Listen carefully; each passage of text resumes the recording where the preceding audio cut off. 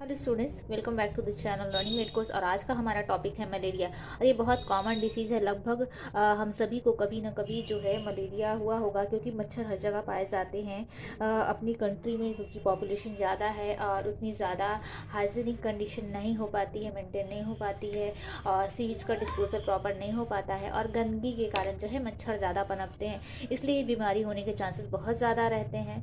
और इसके बाद हम देखेंगे कि मलेरिया का कॉज क्या है। तो सबसे पहले देखते हैं कि मलेरिया का मेन कॉज जो है, मलेरिया जो है मच्छर के काटने से फैलता है। मेनली जो फीमेल एनोफिलिस, जो मादा एनोफिलिस मच्छर होती है उसके काटने से। लेकिन ये तभी पॉसिबल है जब वो मच्छर खुद प्लाज्मोडियम से इन्फेक्ट हो, या उसके ब्लड में, उसके सलाइवा में प्लाज्मोडियम अगर हो। तो मेन कॉज जो है इसका प्लाज्मोडियम स्पीसीज है, तो जो कि जिसमें मच्छर जो है, मॉस्किटो जो है, वेक्टर का काम करता है।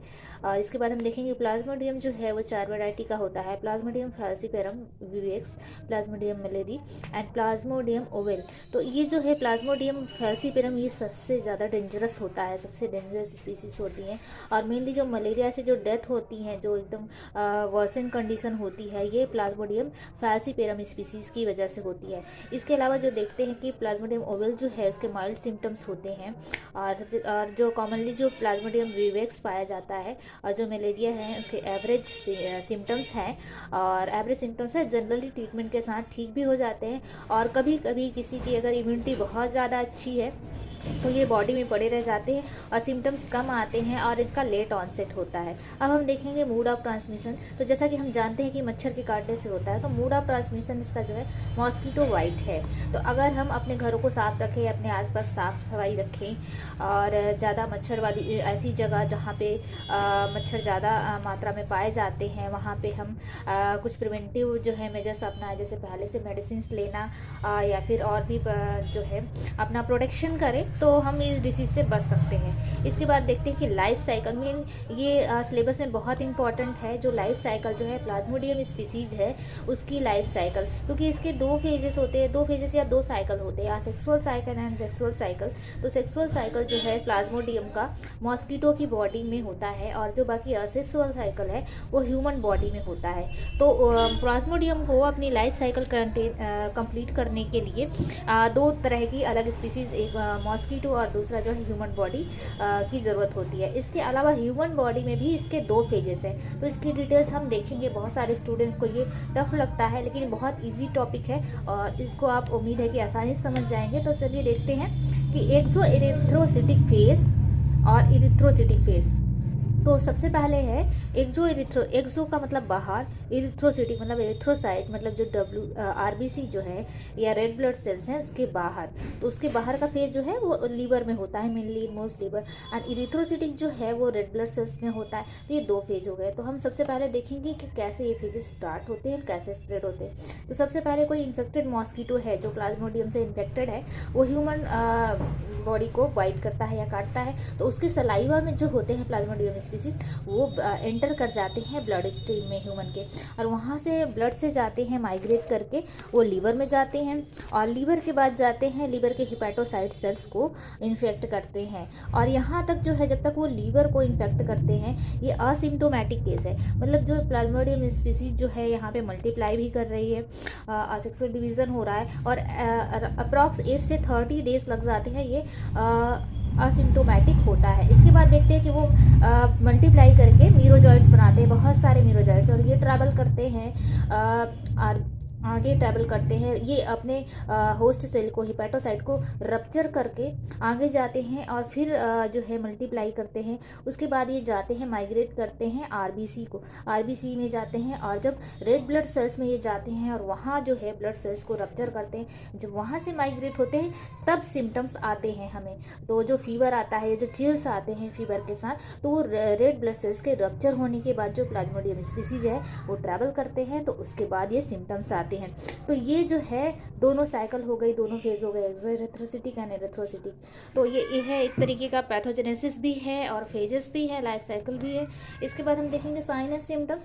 तो साइन एंड सिम्टम्स सबसे कॉमन हम जानते हैं कि फीवर विथ चिल्स, लगभग सभी लोग जानते हैं कि जो बुखार जो आता है चिल्स के साथ आता है, तो वो जो है मलेरिया हो सकता है। इसके अलावा अदर कॉजेज़ भी है जिसमें फीवर भी चेंज हो सकता है, कभी कभी सिमिलर सिम्टम्स मिलते हैं, लेकिन मेन जो है मलेरिया में क्या है, हाई ग्रेड फीवर होता है और पीरियोडिक होता है। मतलब कि एक बार फीवर आएगा और कुछ टाइम के लिए बहुत हाई रेट राइज होगा, उसके बाद स्वेटिंग होगी और फीवर से रिलीफ हो जाएगा। इसके अलावा फीवर्स में के अलावा इसमें सेंट्रल हेडेक हो सकता है, फैटिग हो सकता है, एबनॉर्मल डिस्कम्फर्ट हो सकता है और मसल पेन। ये डिसीज़ की सीवियरिटी पे डिपेंड करता है और किस स्पीसीज से इन्फेक्टेड है उस पर डिपेंड करता है, क्योंकि जो फैल्सीपेरम है इससे बहुत ज़्यादा सिम्टम्स सीवियर होते हैं, लाइक सेंट्रल हेडेक, वॉमिटिंग हो सकता है, नेक स्टिफनेस हो सकता है। इसके बाद देखते हैं कि एडल्ट में मेनली सिम्टम्स पाए जाते हैं। अगर बच्चों में अगर फीवर होता है तो फीवर है, कफ भी हो सकता है, वॉमिटिंग हो सकती है, डायरिया हो सकता है। तो इस तरह की चीज़, ये सिम्टम्स मिलते हैं। तो इसमें हम सिम्टम्स में देखेंगे कि फीवर के अलावा जो एब्डोमिनल पेन है, डिस्कम्फर्ट, ये लीवर को इन्फेक्ट करने पे जो कोई प्लाज्मोडियम स्पीसीज जब लीवर को इन्फेक्ट करता है, जो असिम्टोमेटिक कंडीशन होता है, उसके बाद जब माइग्रेट करता है तो हिपेटोमेगैली की कंडीशन कभी कभी हो जाती है। जब ये क्रोनिक, अगर ट्रीटमेंट नहीं मिलता है, डिसीज क्रोनिक हो जाती है, तो नॉजिया, वॉमिटिंग या फिर एब्डोमिनल पेन भी मिलता है कभी कभी। इसके बाद हम देखेंगे जो चारों स्पीसीज़ है, तो इनमें क्या स्पेसिफिक है कि जो प्लाज्मोडियम विवेक्स और ओवेल है, ये टर्शियन फीवर कहलाता है। एवरी 2 डेज में इसका रिकरेंस होता है। इसका मतलब ये है कि फीवर आएगा और एवरी 2 डेज के इंटरवल में आएगा। उसके बाद हम देखते हैं कि प्लाज्मोडियम जो मलेरिया है, ये कॉटन फीवर कहलाता है एवरी 3 डेज में। इसके बाद जो प्लाज्मोडियम फैल्सीपेरम है, उसमें रिकरेंट फीवर्स होते हैं 36 से 48 आवर्स तक, या फिर ऑलमोस्ट कंटिन्यूस फीवर भी हो सकता है। तो ये टिपिकल सिम्टम्स हैं, लेकिन कभी कभी कुछ अलग सिम्टम्स भी मिलते हैं और डिफ्रेंशिएट कर पाना मुश्किल होता है। इसके बाद देखते हैं जो सिम्टम्स है मेनली जो है कब हमें मिलते हैं। तो मॉस्किटो बाइट के 10 to 15 डेज के बाद जो है सिम्टम्स मिलते हैं। तो इसीलिए इसकी डायग्नोसिस कभी कभी नहीं हो पाती है कि अगर मॉस्किटो ने बाइट किया है और सिम्टम्स अभी नहीं आ रहे हैं, अगर मलेरिया टेस्ट कराया जाता है तो वो फॉल्स नेगेटिव ही आता है। फिर इसके बाद हम देखेंगे कि डायग्नोसिस में microscopic examination of blood film. तो ये ब्लड फिल्म्स का माइक्रोस्कोपिक एग्जामिनेशन करके हम आरबीसीज को देखते हैं अंडर माइक्रोस्कोप, तो उसे हमें पता चलता है कि मलेरिया हो सकता है। इसके अलावा रैपिड एंटीजन टेस्ट होता है, ये मलेरियल पैरासाइट के प्रोटीन को डिटेक्ट करता है। मेनली जो है ये प्लाज्मोडियम फैल्सीपेरम स्पीसीज को डिटेक्ट करता है। इसके बाद हम देखेंगे सीरोलॉजिकल टेस्ट है, तो ये डिटेक्ट करता है एंटीबॉडीज अगेंस्ट प्लाज्मोडियम को। इसके अलावा सबसे इंपॉर्टेंट पार्ट हम देखेंगे कि प्रिवेंशन। तो जो है मलेरिया से बचा जा सकता है और प्रिवेंशन बहुत इजी है। सबसे कॉमन प्रिवेंशन, आप अपने घरों में मॉस्किटो नेट्स का यूज़ कर सकते हैं ताकि मॉस्किटो बाइट हो ही ना। और इसके अलावा avoid storage of water, open water, कहीं पे गंदे पानी का जमाव ना होने दे, क्योंकि जो मच्छर हैं वो गंदे पानी में भी पनपते हैं, मेनली जो मलेरिया के मच्छर हो सकते हैं। इसके अलावा कुछ और भी स्पीसीज है, जैसे और भी डिसीजेज जैसे डेंगू वगैरह के मच्छर हैं जो साफ पानी में भी पनपते हैं। तो उस कंडीशन में हमें वाटर का स्टोरेज कहीं आउटसाइड में नहीं करना है, या क्लोज कंटेनर में करना है, ओपन में नहीं करना है। इसके अलावा जो मॉस्किटो रेपेलेंट बहुत सी वैरायटी के आते हैं वो हम यूज़ कर सकते हैं। इसके अलावा डीडीटी स्प्रेइंग जो है गवर्नमेंट की तरफ से कॉमन जो होता है, जो हर जगह पे स्प्रे किया जाता है, ख़ास तौर से नालियों में जो स्प्रे किया जाता है ताकि उसके लार्वा वगैरह भी जो है वो नष्ट हो जाए। तो ये सबसे इम्पॉर्टेंट पार्ट है प्रिवेंशन। तो ये रही पूरी डिटेल्स मलेरिया के बारे में, और उम्मीद है कि आप सभी को ये टॉपिक बहुत आसानी से समझ में आ गया होगा।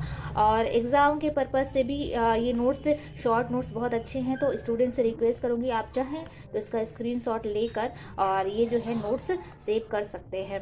तो अगर वीडियो पसंद आया तो चैनल को ज़रूर लाइक करें और सब्सक्राइब करें, ताकि ऐसे ही इन्फॉर्मेटिव वीडियोस आपको हमेशा मिलते रहें और नोटिफिकेशंस मिल जाए। Thank you.